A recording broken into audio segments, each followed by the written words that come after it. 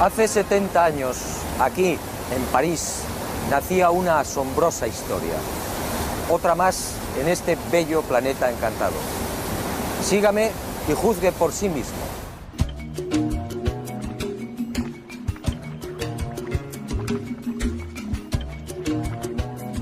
Al principio yo tampoco lo creí. Después, al investigar sobre el terreno, todo cambió. El hallazgo de los antropólogos franceses era cierto. Aquí en el corazón de Mali hace mucho tiempo sucedió algo que no tiene explicación racional. Unos seres desconocidos procedentes al parecer del espacio exterior establecieron contacto con una remota tribu.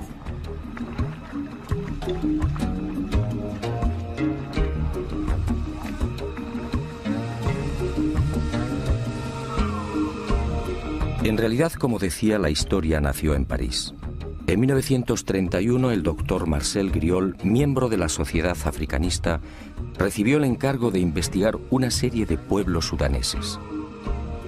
Y en esa labor, al penetrar en la meseta de Bandiagara, en la región oriental de Mali, el antropólogo francés recibiría la sorpresa de su vida.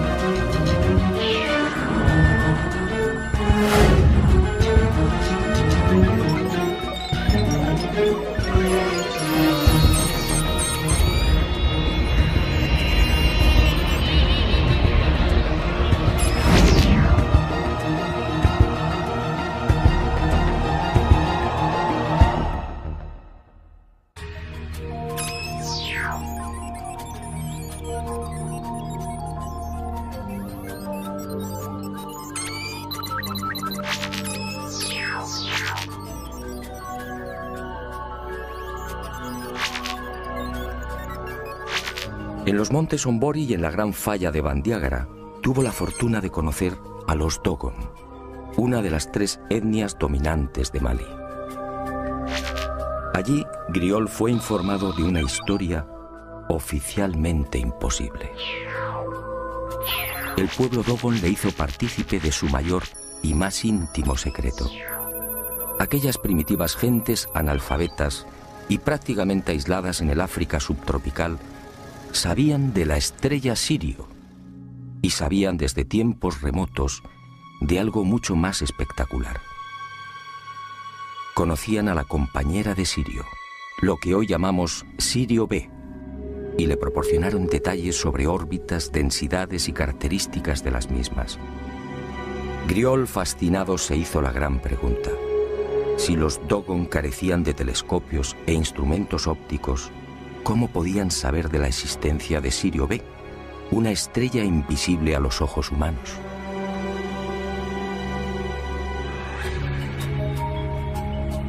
A su regreso a Francia, Marcel Griol indagó sobre Sirio. Los resultados lo confundieron definitivamente. En 1834, el astrónomo Johann Bessel, tras largos periodos de observación, llegó a una conclusión: Sirio tenía una compañera, otra estrella pesada mucho más pequeña e invisible que alteraba la órbita de la reina del firmamento.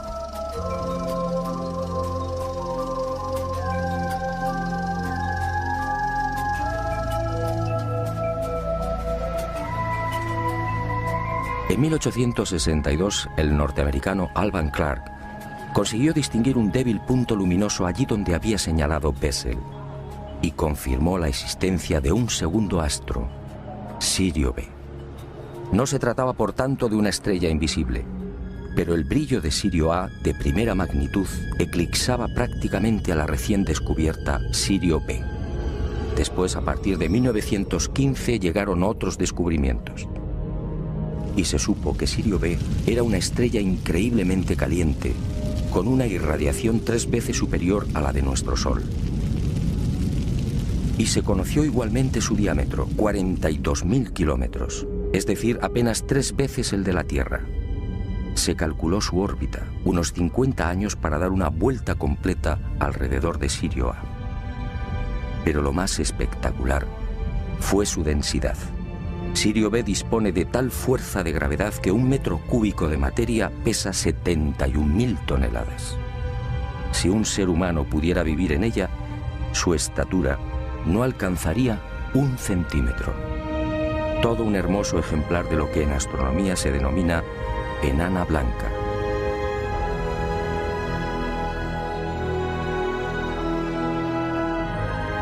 Años más tarde, en 1970, el astrónomo Irwin Lindenberg del Observatorio Naval Norteamericano en Washington conseguiría la primera fotografía de Sirio B.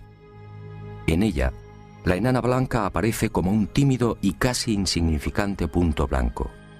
A su lado, Sirio A, 10.000 veces más brillante.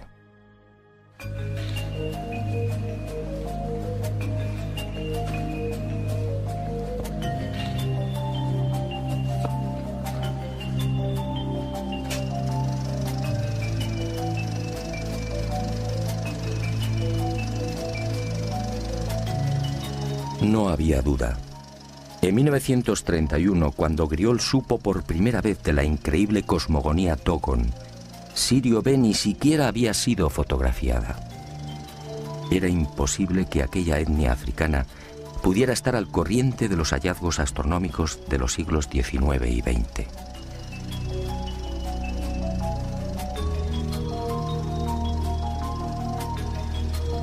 El impacto fue tal que en 1946 Griol regresó a Mali, esta vez acompañado por Germaine Dieterlen, etnóloga y secretaria de la Sociedad Africanista del Museo del Hombre de París. 4 años después, los investigadores franceses publicarían un dossier con sus averiguaciones. Aquel artículo, publicado en 1951 bajo el título Un sistema siriano en Sudán, pasó casi desapercibido. 21 años más tarde, en 1972, el destino puso en mis manos los trabajos de los antropólogos galos, y yo también quedé desconcertado y fascinado. Era preciso investigar de nuevo. Era preciso viajar a Mali.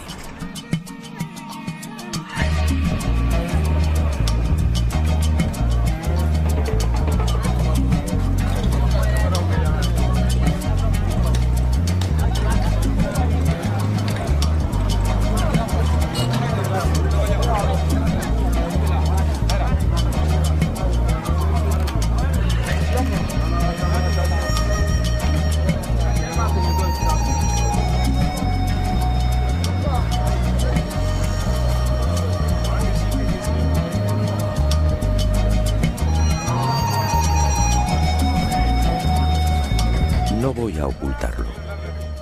En Mali muy pocos conocen el secreto de los Dogon. Al principio, nada más pisar la bulliciosa Bamako e iniciar las pesquisas, me sentí decepcionado. Después comprendí. Este pueblo multirracial, alegre y hospitalario como pocos, tiene una preocupación más urgente: sobrevivir. De sus casi 10 millones de habitantes, 2/3 partes vive en la más extrema pobreza. En las aldeas, el salario medio mensual no llega a $50. En las ciudades, un funcionario puede ganar algo más, alrededor de 80.000 cefas, es decir, unos $80. El índice de analfabetismo roza el 73%. La mortalidad infantil, especialmente en las aldeas, supera el 60%, con una expectativa de vida de 35 a 40 años. La malaria, tuberculosis, meningitis, infecciones intestinales y oculares, entre otras patologías, afectan al 80% de la población. El tracoma, por ejemplo, ha provocado miles de ciegos, algo que podría evitarse con unas simples gotas.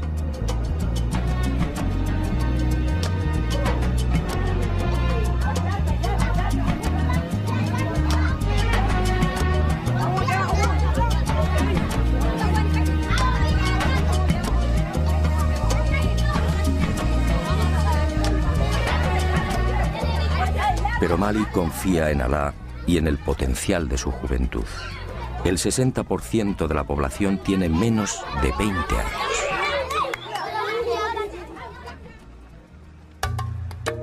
No había tiempo que perder. Nuestro objetivo, el país Dogon, situado al este de Mali, muy próximo a la frontera con Burkina Faso, se hallaba a 3 días de camino.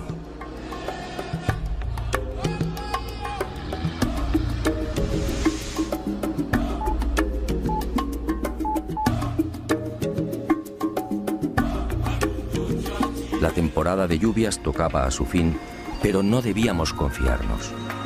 Los caminos, siempre difíciles en Mali, podían convertirse en torrenteras o cenagales de la noche a la mañana. No importaba. Como tampoco importó la dureza de las altas temperaturas, casi 40 grados Celsius al amanecer, o la humedad sofocante y estranguladora, con picos de un 90%. Ardía en deseos de llegar a la gran falla de Bandiagara e interrogar a los Dogon. Algo me decía que la historia narrada por Griol era solo una parte de la verdad. Y el destino, una vez más, fue benevolente con este aventurero. Nuestro singular objetivo exigía también un guía no menos especial y capacitado.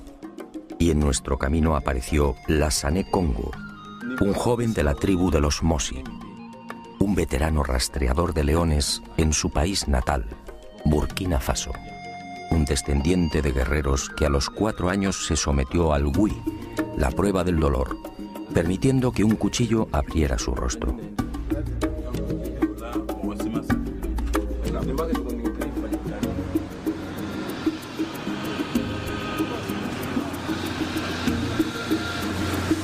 En las cercanías de las pequeñas aldeas de Bane, Bla y San, Congo quiso mostrarnos algo que forma parte del paisaje de la gran sabana maliense: los termiteros.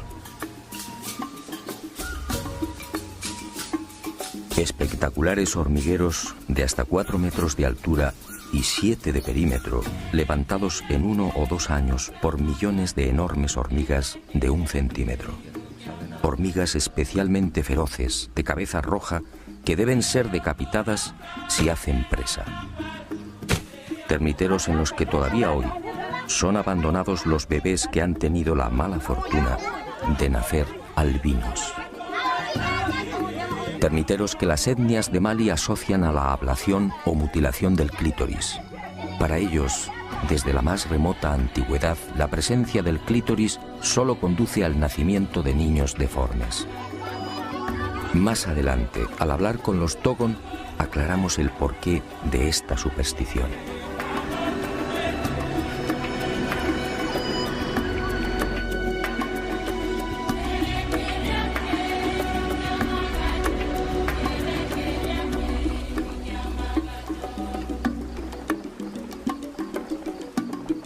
Poco después, el territorio Bobo, otra etnia que suma 150.000 individuos.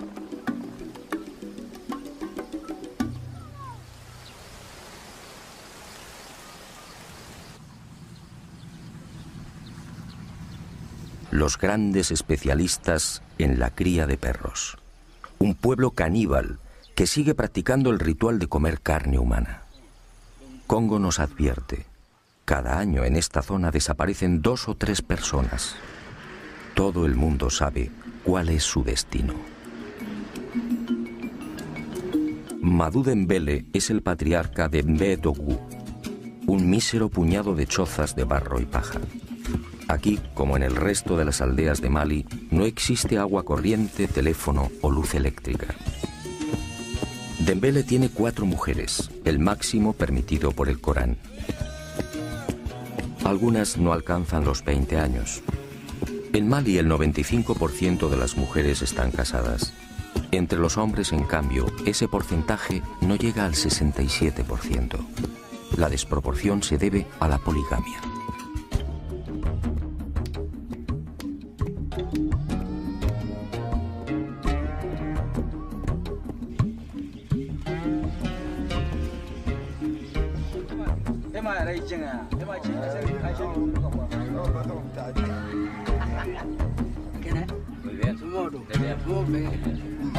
Al principio Madú desconfía y responde a nuestras preguntas con evasivas.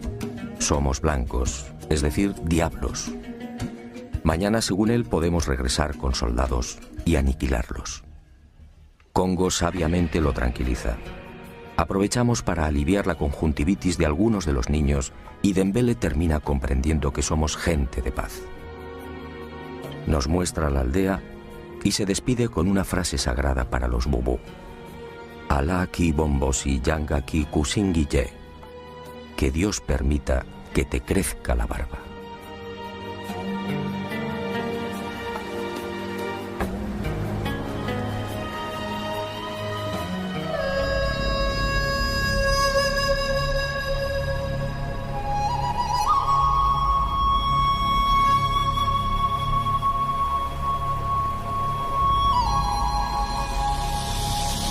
Y al fin, al atardecer, Ségou, una mediana ciudad asomada al Níger, en la que asistiríamos a un espectáculo inconcebible en el siglo XXI.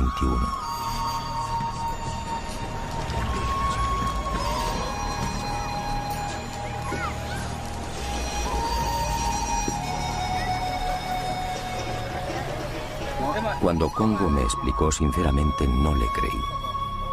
¿Esclavos en el siglo XXI? Así era. Allí en las afueras de Ségou malviven los Bela, los últimos esclavos del planeta. Mejor dicho, esclavos recién liberados por sus dueños y señores, los tuaregs. Otros muchos, alrededor de 300.000, permanecen en la esclavitud en las zonas desérticas de Mali, en Níger y en el sur de Libia y Argelia. Son los parias de los parias, los apestados.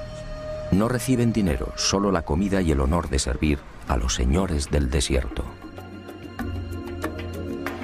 Hoy, los Bela libres apenas suman un 3% de la etnia.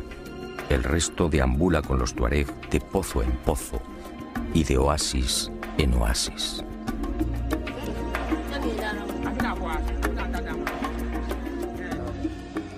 Al dejar atrás Ségou, no pude evitar un profundo sentimiento de tristeza. Aquella era la cruda realidad de Mali, una realidad ignorada por el mundo.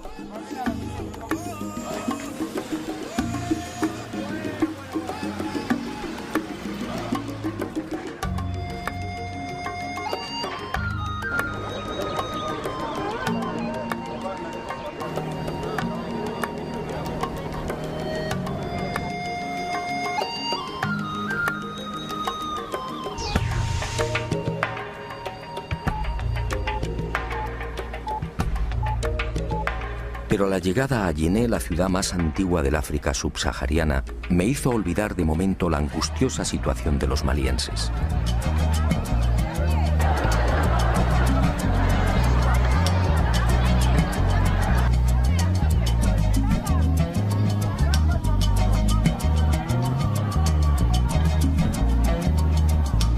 Yené, 2200 años de historia. El punto de reunión por excelencia de la mayor parte de las etnias de Mali. Aquí cada lunes, en el gran mercado se concentran miles de bambara, bobos, boyas, songais, yermas, dogon, peuls, malinquens, mandingas y un interminable etcétera. Aquí comercian y se relacionan, aquí se pactan matrimonios, aquí bajo un viento abrasador se pasean tuaregs con su séquito de esclavos.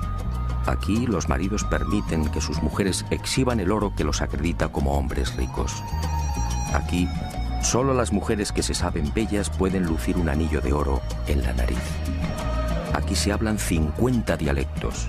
Aquí, en la ciudad que sirvió de inspiración a Julio Verne para su obra 5 semanas en globo, se alza la más famosa mezquita de la nación. Una construcción levantada en su totalidad con barro de la sabana, enriquecido con estiércol de vaca, paja, espinas de pescado y agua del Bani, afluente del Níger. Un monumento ocre y severo que debe ser remodelado cada año al concluir las lluvias.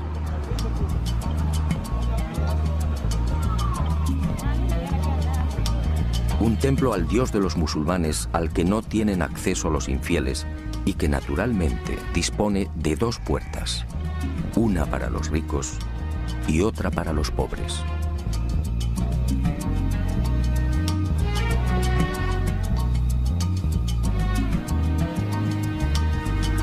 Yené, una ciudad en la que los maestros coránicos enseñan a los niños en plena calle, suras sagradas en la mano derecha y una fusta en la izquierda. Yené, un arco iris humano, toda la grandeza y oscuridad de Mali en la palma de la mano.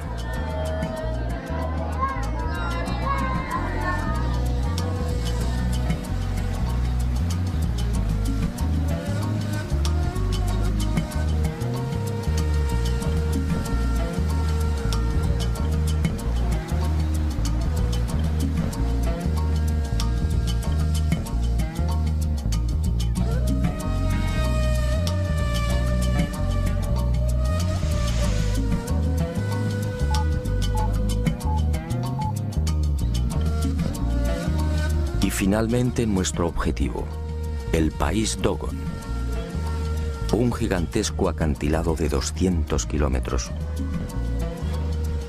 una falla de 300 a 600 metros de altura que corre paralela al Níger, un caos rocoso prácticamente incultivable en el que habitan 450.000 Dogon, una pared abrupta sembrada de desprendimientos y rodeada por los peuls, los ganaderos nómadas, los agricultores Mosi y Bobo y los Boso, los viejos pescadores.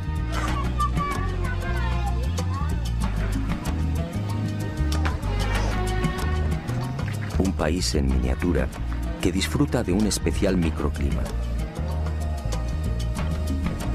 Un país bendecido por las lluvias en el que crecen los majestuosos baobabs, las generosas ceibas y tamarindos, las serenas acacias y los lujuriosos mangos.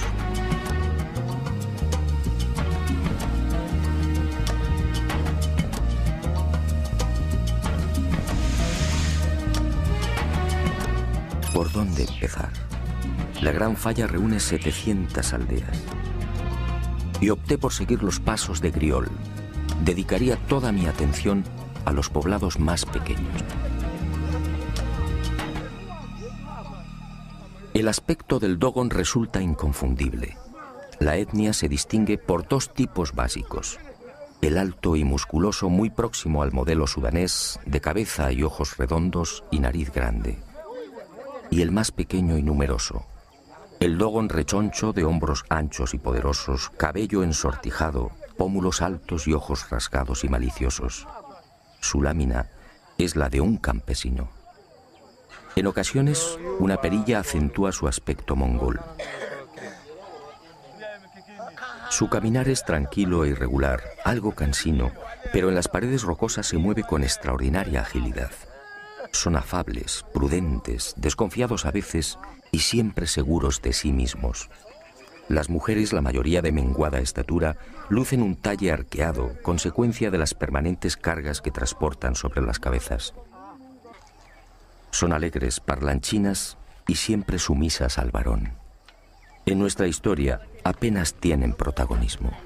Una de las cuestiones a resolver era clarificar el origen de estas gentes. ¿Son autóctonos o llegaron quizás de otras latitudes? Y sobre todo, ¿dónde se produjo el espectacular encuentro con esas criaturas del espacio?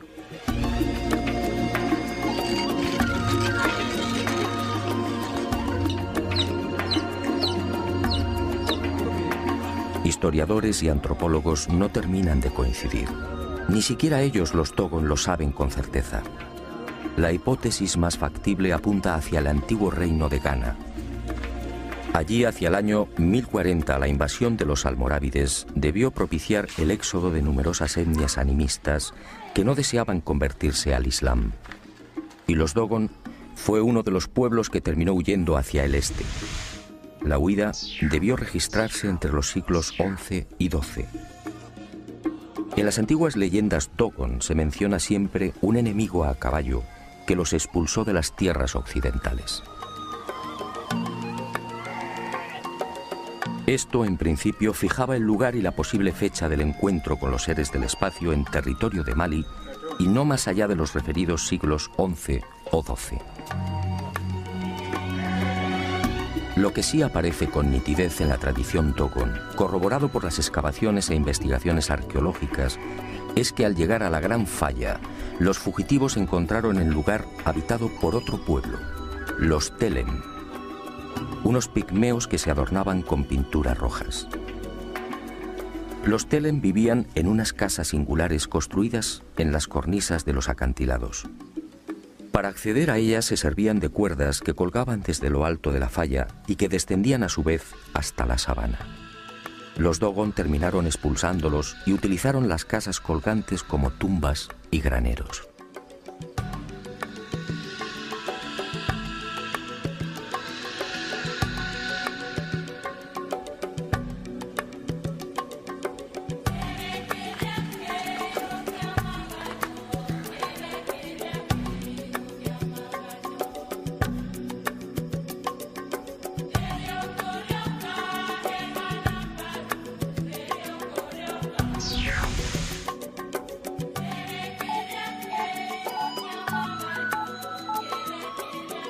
Y llegó el gran día, mi primer contacto con uno de los ancianos y depositario del secreto de los Dogon, Pangalé Dolo, vecino de Sanga y nieto de Ogotemeli, el cazador ciego que informó durante años a Marcel Griol. En realidad, mis temores eran infundados. Tanto en los escritos de Griol como en los relatos de otros especialistas, pude observar cómo los antropólogos hacían especial énfasis en las grandes dificultades a la hora de obtener información por parte de los Dogon. Todos hablaban de un cerrado secretismo, un conocimiento iniciático que era transmitido después de una minuciosa selección del aspirante. Para mi sorpresa, como digo, tanto el anciano Pangalé como el resto de los sabios con los que conversé no expresaron contrariedad alguna ante mis deseos de conocer los detalles de aquel misterioso encuentro. Todo lo contrario. Y conforme fui profundizando en la asombrosa historia, aquel viejo presentimiento cobró fuerza. Griol y Dieterlen solo contaron una parte de la verdad.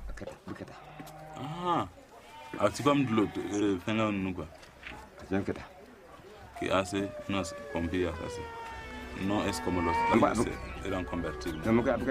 He aquí el relato de primera mano y en exclusiva del misterioso encuentro del pueblo Dogon con los seres procedentes del sistema de Sirio. Un relato apasionante que he intentado ordenar y que fue obtenido en largas conversaciones en una treintena de aldeas.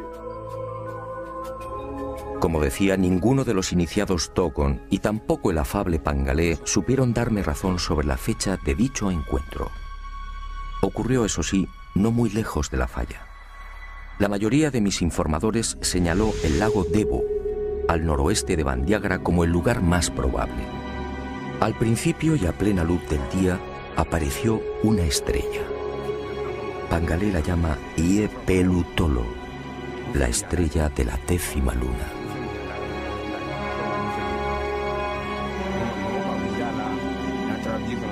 Y añaden que aquella estrella se hallaba rodeada de rayos rojos.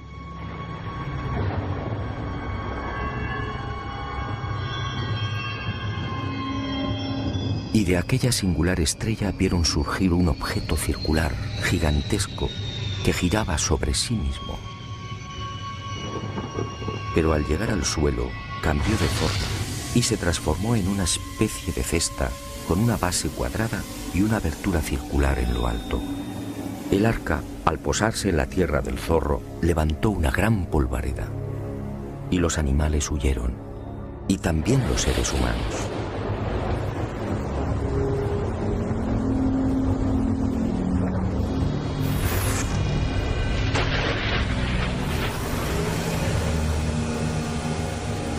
En esos momentos, según mi confidente, ocurrió algo no menos insólito.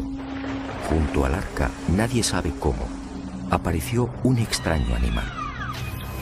Sujetó el arca con cuerdas y la fue arrastrando hasta una hondonada. Después, las lluvias llenaron la depresión y el arca flotó como una enorme piragua. Y el caballo de metal desapareció entre las aguas. Después de 30 años en la investigación del fenómeno ovni, el testimonio de Pangalé resulta fácil de interpretar. Aquel pueblo hace 1000 años fue testigo de la aparición a plena luz del día de una nave que permaneció inmóvil sobre el lugar, lo que hoy llamamos nave nodriza o portadora. Así lo contaron y así lo dibujaron. Y de esa estrella de la 10ª luna surgió otro vehículo, algo muy común en los avistamientos ovni. En su primitivo y parco lenguaje, los Dogon identificaron un robot con un cuadrúpedo o caballo de metal. ¿Qué otra cosa podían pensar?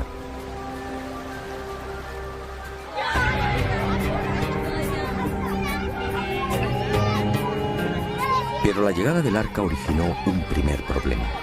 Según Pangalé, al descender a tierra, el fuego quemó plantas, animales y hombres. Ese fue el origen de los albinos, la primera voluntad de Dios al visitar la tierra. Por eso los albinos son criaturas especiales tocadas por la divinidad. Por eso los temen y repudian. Por eso los abandonan al pie de los termiteros nada más nacer.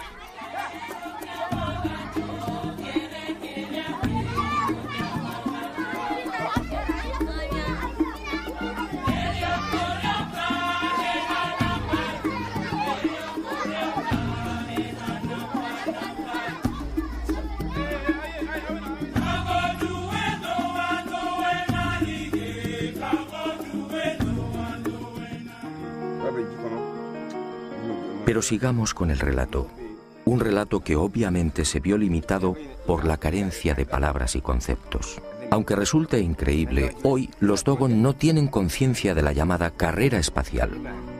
No saben qué es un robot y mucho menos una nave no humana. Pangalé entonces explicó que según sus antepasados, del arca salieron los dioses. En total, 8, aunque algunas versiones hablan de 8 parejas. Eran en realidad hombres peces. La cabeza y el tronco parecidos a los del hombre y el resto de cintura hacia abajo similar a la cola de un gran pez. Tenían 40 dientes, todos puntiagudos, carecían de orejas y para escuchar colocaban sus manos palmeadas en forma de bocina sobre unos minúsculos orificios laterales. Los ojos eran rojos y en el cuello lucían arrugas similares a un collar. Solo disponían de 3 dedos y los dioses vivían en el agua. Desde entonces estos seres recibieron el nombre de Onomo o el gnomo del estanque. Pero por miedo y respeto los Dogon decidieron no pronunciar ese nombre y los designaron como Di Tiji, dueño o señor del agua. Insistí una y otra vez en el aspecto físico de los gnomos y Pangalé, paciente y firme, replicó siempre con las mismas palabras. Hombres peces. Allí,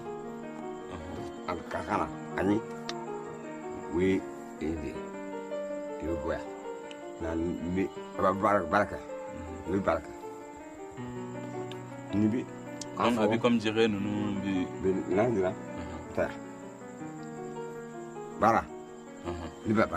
O sea, dice que respira los gnomos. Y señaló sus clavículas, indicando que los dioses justamente respiraban por ese lugar. Las clavículas son. Sí. También. Vi respiración que niña va bien niña. Niña. Vi sienta niña. Niñando mundi que.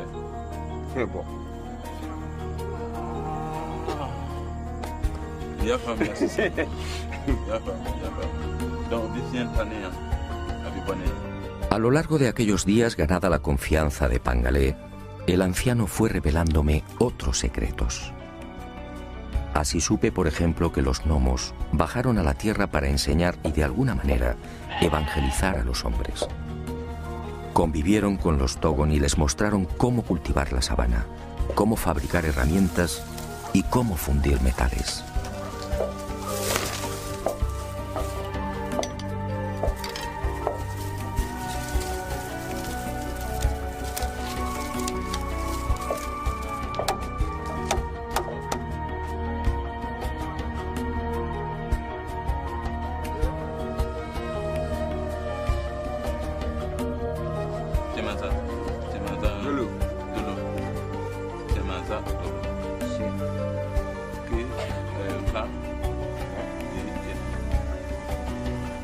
Pero no todo fue una bendición. Según Pangalé y el resto de mis informadores, aquellos seres capturaban a los humanos y los mataban. Y lo hacían de una forma muy peculiar. Introducían una lengua bífida por la nariz de la víctima, extrayéndole la sangre. El pánico de los Dogon llegó a tal punto que al ver descender las arcas se escondían en bosques y aldeas, no acercándose jamás a ríos o lagos. Extracción de sangre. Aquello me recordó otros sucesos similares acaecidos en nuestros días, pero con animales. Griol, en efecto, no había contado toda la verdad. Y Pangalé reveló algo que me dejó perplejo. Los gnomos continuaban bajando a la tierra. Los había visto hacía 3 lluvias. Tenían un cabello largo hasta la cintura y la mitad inferior como la cola de un pez. Se movían sin dificultad, sin tocar el suelo. Otros Dogon en otras aldeas me facilitaron idénticos testimonios.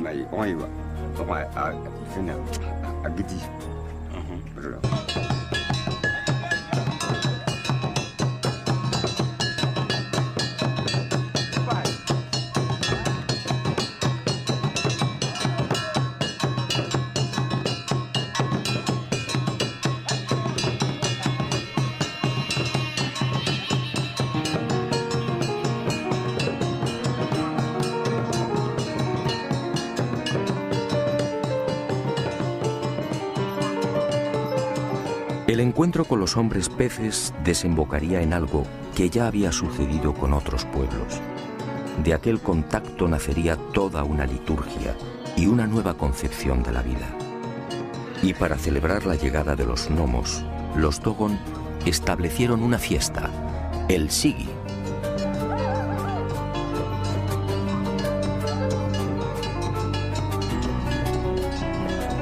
Un ritual en el que se baila frenéticamente durante 3 o 5 días, en el que se bebe cerveza de mijo y en el que se exhiben hasta 28 tipos de máscaras, todas ellas alusivas a los dioses.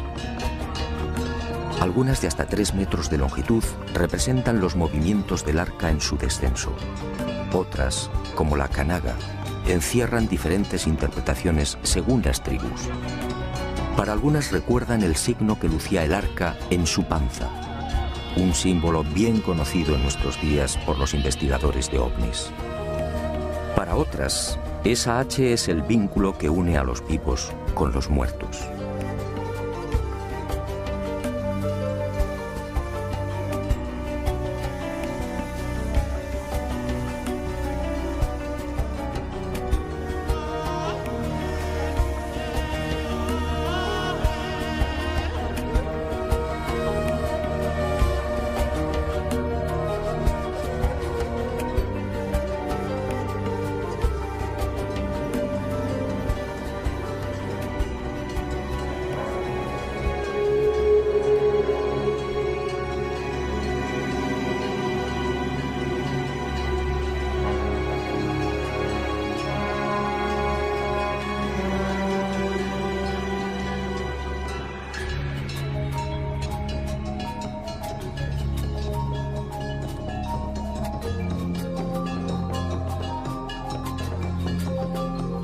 El Sigi se celebra cada 60 años y según Pangalé y otros sabios Dogon, viene a recordar también el tiempo que precisa Sirio B para trazar una órbita en torno a Sirio A.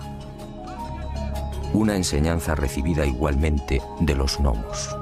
Y en las secretas tradiciones Dogon se habla también de una tercera estrella que gira igualmente en torno a Sirio A. La llaman Emmeya, el sol de las mujeres.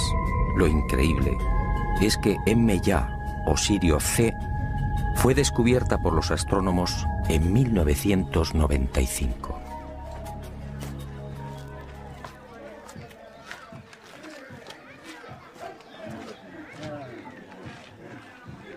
Hablar de los gnomos es siempre una cuestión solemne para aquellos que guardan la información. Por eso, la mayor parte de nuestras conversaciones tuvo lugar en la Toguna, la casa de la palabra, una especie de templo en el que se reúnen los hombres, solo los hombres, para dialogar y tomar decisiones. Una suerte de sala de conferencias inspirada también en aquel remoto encuentro con los hombres peces. 8 son sus pilares en recuerdo de los 8 gnomos que descendieron por primera vez. Y 8 deben ser las capas de mijo que forman la techumbre. Una techumbre levantada a 1 metro del suelo. Esta, al parecer, fue la indicación de los seres de Sirio. De esta forma, al no poder incorporarse, las discusiones transcurren en paz. Y fue en la casa de la palabra de Ireli, de Amani, de Ende, de Teli, de Yigibombo, de Songo y de Yugadugoru, entre otras aldeas donde fui enriqueciendo la información sobre aquellos seres del espacio. Los ancianos, complacidos por el interés de aquel extranjero, respondieron sin reservas a todas mis cuestiones, y quedé nuevamente desconcertado ante la sabiduría de aquel pueblo. Los gnomos, al parecer, les enseñaron otras muchas cosas. Les enseñaron que hay otros mundos también habitados.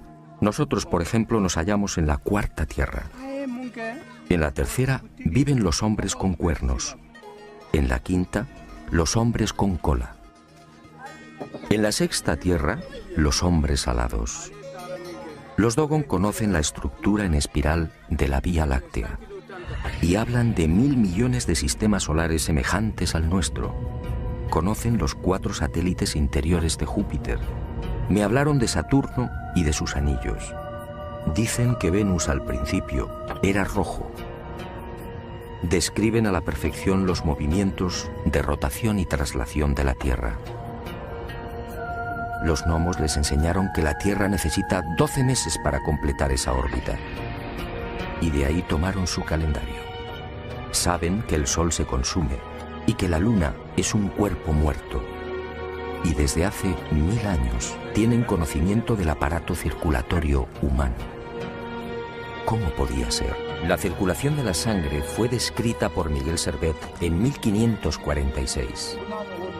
Y los gnomos les hablaron también de Ama, el gran Dios, un Dios único y sustentador de todo lo creado, algo que choca frontalmente con las religiones animistas que los rodean y que disponen de cientos de dioses. Un Dios que la compleja liturgia Dogon convierte en responsable de la ablación del clítoris.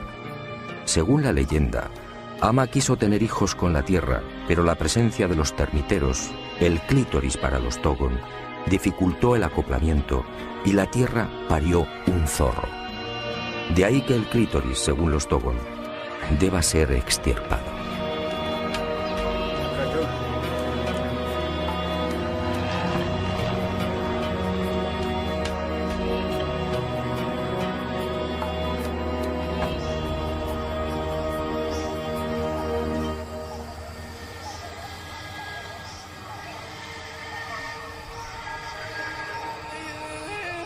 Tras 2 horas de dura ascensión alcanzamos la cumbre del Sinaí Dogon. Aquí, según la leyenda, tuvieron lugar los signos que anunciaban la llegada de los dioses de Sirio. La montaña de pronto se teñía de rojo. Era el primer anuncio. Los gnomos y sus arcas estaban al llegar. Y en la aldea crecían calabazas gigantes que nadie había sembrado.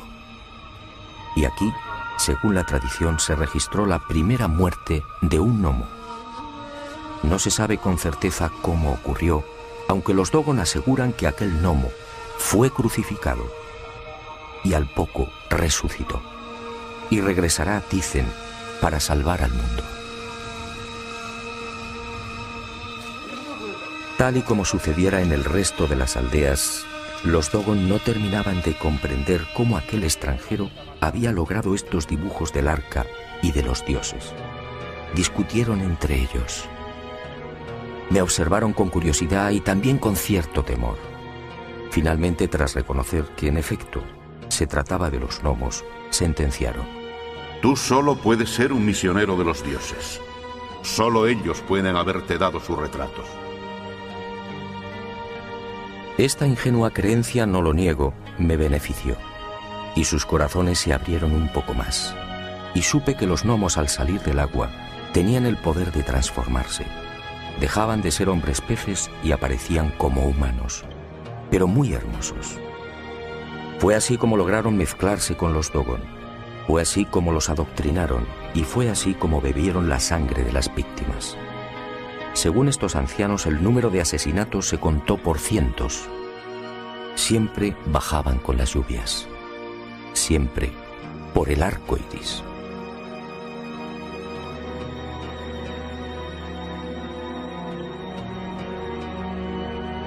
Y cuentan los iniciados que fueron los dioses quienes les enseñaron también a circuncidar. Y el pueblo Dogon escogió la aldea de Songo para este ceremonial sagrado.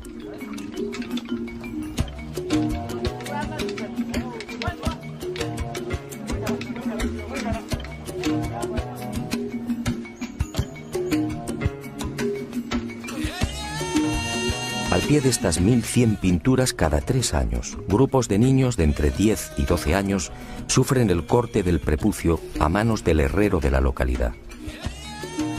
Las mujeres no pueden ver estas pinturas sagradas. De hacerlo morirían. Para los Dogon, la circuncisión, así fue establecido por los seres de Sirio, es un sacrificio que se ofrece a la tierra.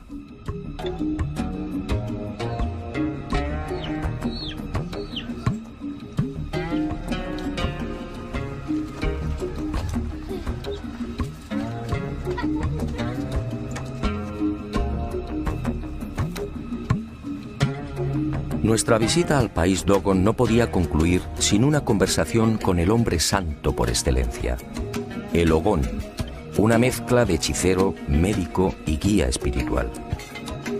El Dogon más respetado y temido. Vive solo, jamás se lava. El aseo corre a cargo de una serpiente que humedece su cuerpo con la lengua bífida. Una joven virgen que no haya alcanzado la menstruación es la encargada de cocinar para él. Solo baja a la aldea cuando debe tomar grandes decisiones. Es el responsable de las lluvias y de las buenas cosechas. El Ogón es otro de los grandes depositarios de la cosmogonía nacida del encuentro con los gnomos. Después de múltiples gestiones, Aregin Do, de 75 años, accedió a entrevistarse con aquel extranjero. Los rumores sobre el extraño misionero de los dioses que portaba imágenes del arca y de los gnomos no tardaron en propagarse por las aldeas, llegando también a oídos del Ogón de Ende. Y una tras otra fue confirmando las noticias proporcionadas por el resto de los sabios y ancianos. Y añadió algo más. Él, como Pangaletolo, también había visto a los dioses. Fue antes de las últimas lluvias y en un lago próximo a la aldea de Soningue. Al preguntar por el origen de aquel título, el de Ogón, Are me suministró otra información que tampoco fue reseñada por Griol. Según él, al descender a la tierra, los gnomos seleccionaron a los hombres más sabios y prudentes. Y los llevaron al arca. Allí permanecieron 3 meses. Y al regresar a las aldeas, lo hicieron como superhombres. Desde entonces, solo el que ha visto a un gnomo puede ser Ogón. No pude evitarlo. Eché mano de las fotografías de ovnis que había llevado a Mali y se las mostré. El Ogón las observó perplejo. Sus palabras fueron rotundas. Estas son las arcas de los dioses. Si tú las tienes, es porque tú eres un Ogón.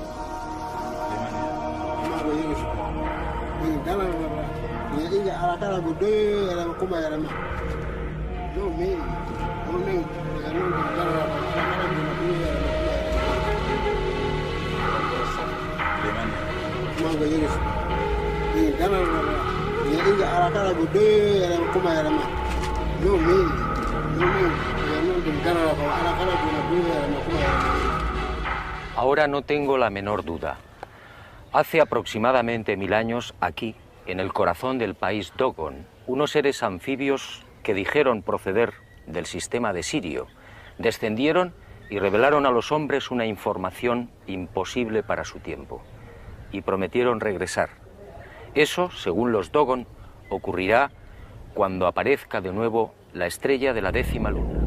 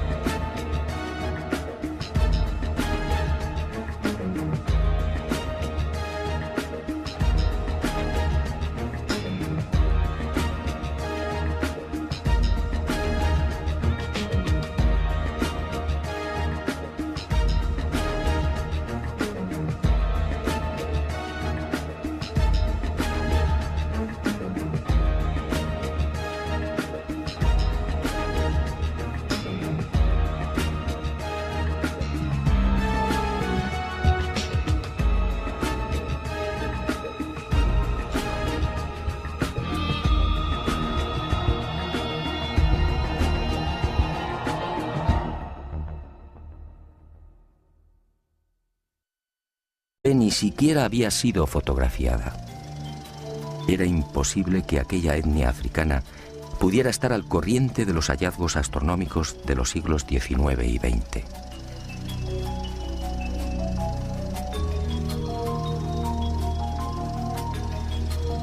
El impacto fue tal que en 1946 Griol regresó a Mali, esta vez acompañado por Germaine Dieterlen, etnóloga y secretaria de la Sociedad Africanista del Museo del Hombre de París. 4 años después, los investigadores franceses publicarían un dossier con sus averiguaciones. Aquel artículo, publicado en 1951 bajo el título Un sistema siriano en Sudán, pasó casi desapercibido.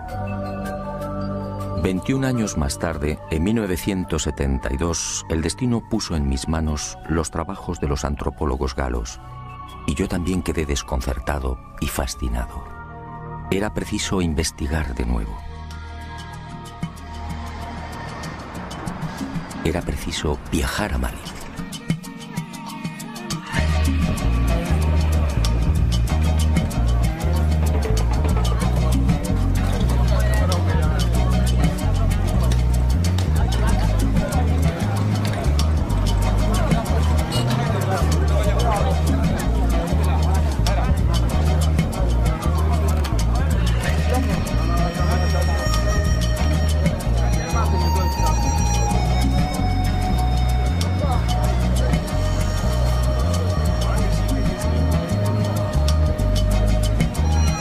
Subtropical, sabían de la estrella Sirio y sabían desde tiempos remotos de algo mucho más espectacular.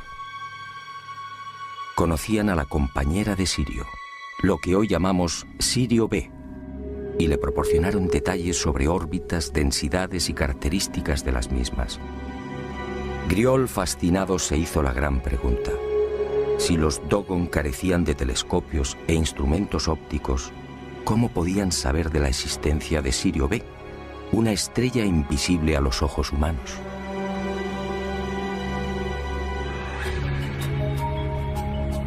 A su regreso a Francia, Marcel Griol indagó sobre Sirio.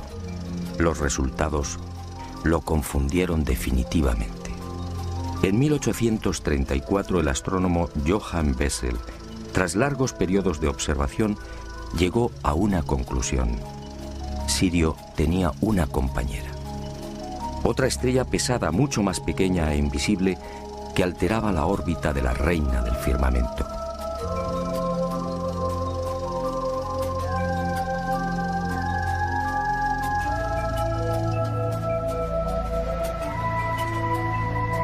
En 1862, el norteamericano Alvan Clark consiguió distinguir un débil punto luminoso allí donde había señalado Bessel y confirmó la existencia de un segundo astro, Sirio B.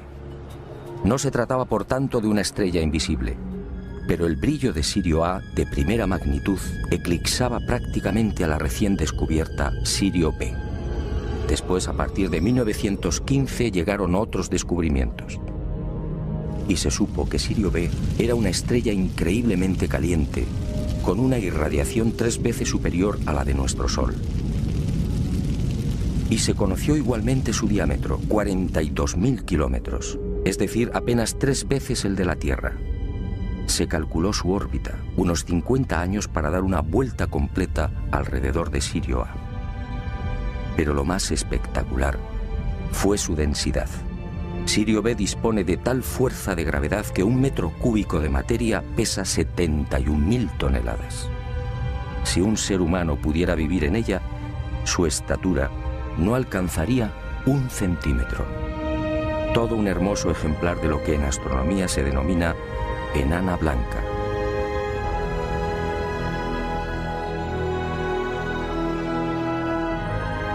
Años más tarde, en 1970, el astrónomo Irwin Lindenblad del Observatorio Naval Norteamericano en Washington conseguiría la primera fotografía de Sirio B.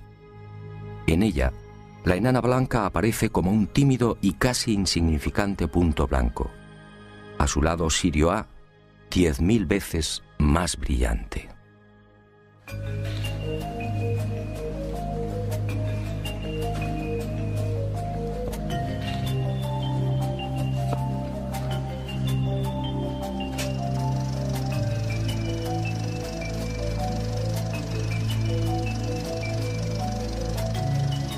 No había duda. En 1931, cuando Griol supo por primera vez de la increíble cosmogonía Dogon, Sirio B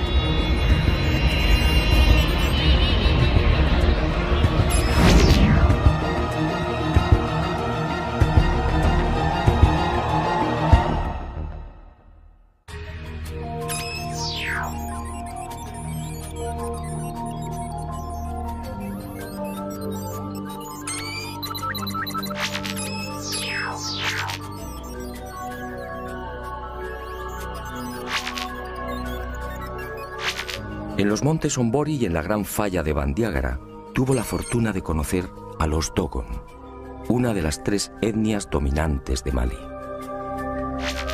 Allí, Griol fue informado de una historia oficialmente imposible.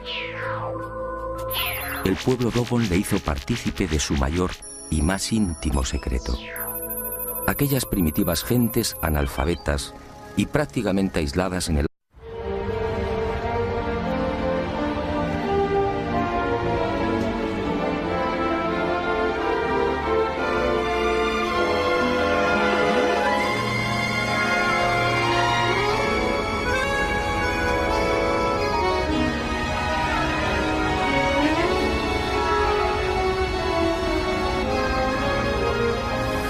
Hace 70 años, aquí, en París, nacía una asombrosa historia. Otra más en este bello planeta encantado. Sígame y juzgue por sí mismo.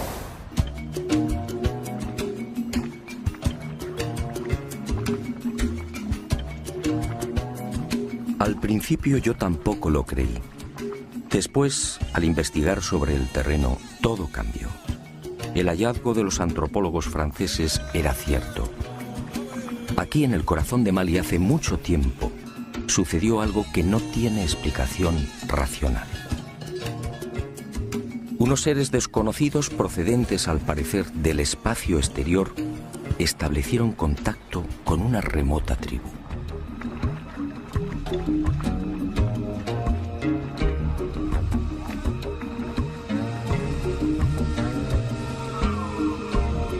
En realidad, como decía, la historia nació en París.